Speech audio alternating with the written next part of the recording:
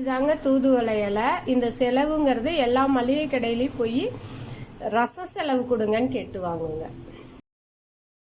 தூதுவளை இலை, மிளகாய் வரமிளகாய் 4, கொஞ்சம் ஜீரகம், மிளகு கொஞ்சம் அதிகமாக, பூண்டு, இது எல்லாத்தையும் போட்டு மிக்சியில் ஒரே ஒரு ஓட்டு கரன்னு எடுத்துக்கோங்க. ஜீரகம் இதெல்லாம் போட்டால் தான் திப்பி திப்பியாக அரைச்சி எடுத்துக்கோங்க.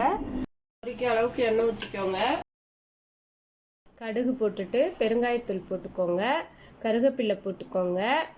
அப்புறமேட்டுக்கு அந்த அரைச்சி வச்ச விழுதையும் சேர்த்திக்கோங்க. கரைச்சி வச்ச புளித்தண்ணையும் அதில் ஊற்றிட்டு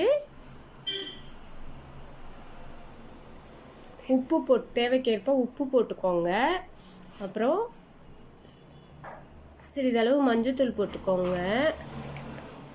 வாசம் போக ஒரு கொதி விட்டு தூக்கி வேறு பாத்திரத்தில் மாற்றிட்டு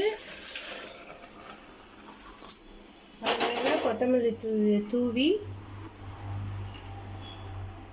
அதை சூடாக மூடி வச்சுருங்க கொஞ்ச நேரம். அவ்வளோதான். அதாங்க தூதுவளை ரசம் ரெடி ஆகிடுச்சு. இப்போ வாரத்தில் 2 டைம் குடித்தா உடம்புல இருக்க சளி தொல்லைகள் அனைத்தும் நீங்கிடும்.